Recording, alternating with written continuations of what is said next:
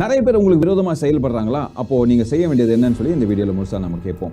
Freeze and ரிலாக்ஸ்னு சொல்லி ஒரு game இருக்குது. அந்த கேம் என்னென்னா, எப்போல்லாம் ஃப்ரீஸ்ன்னு சொல்லி சொல்கிறாங்களோ நீங்கள் இருக்கிற பொசிஷனில் அப்படியே நின்றுணும், ஃப்ரீஸாக உறைந்த மாதிரி நிற்கணும்.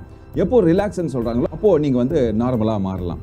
அதே போல தான் உங்களை குறித்து தவறான காரியங்கள் வந்து கொண்டே இருக்கும்போது நீங்கள் என்ன பண்ணால் அப்படியே அதை ஃப்ரீஸ் ஆகிட்டு அந்த காரியங்கள் உங்கள் காதில் விழாதபடி நீங்கள் கடந்து சென்று கொண்டே இருக்கணும். ஃப்ரீஸ் ஆகிட்டு எதை குறித்தும் நீங்கள் கவலைப்படாமல் நீங்கள் முன்னேறி சென்று கொண்டே இருக்கும்போது பாருங்க, கர்த்தர் உங்களை ஏற்ற நேரத்தில் உங்களை முழுமையாய் விடுதலை செய்வார். ஆமென். எனக்கு வேதாகமத்தில் பிடித்த ஒரு வசனம் என்னன்னா, be still and know that I am the Lord. நீங்கள் அமர்ந்து நானே தேவன் என்று அறிந்து கொள்ளுங்கள். நீங்கள் இருக்க இடத்துல அமைதியாக இருங்க, காத்திருங்க, கர்த்தருடைய கருத்தில் ஒப்பு கொடுத்து காத்திருங்க. அவர் நிச்சயமாய் மற்றவர்களுடைய கண்களுக்கு முன்பாக உங்கள் தலையை உயர்த்துவார். இதே மாதிரி சுச்சுவேஷனில் இருக்கிற உங்கள் ஃப்ரெண்டுக்கு இந்த வீடியோ ஷேர் பண்ணிட்டு, டெய்லி இந்த வீடியோ உங்களுக்கு வேணும்னா இப்போ பார்க்குற நம்பரில் மெசேஜ் பண்ணுறேன். கர்த்தர் உங்களை ஆசீர்வதிப்பாராக.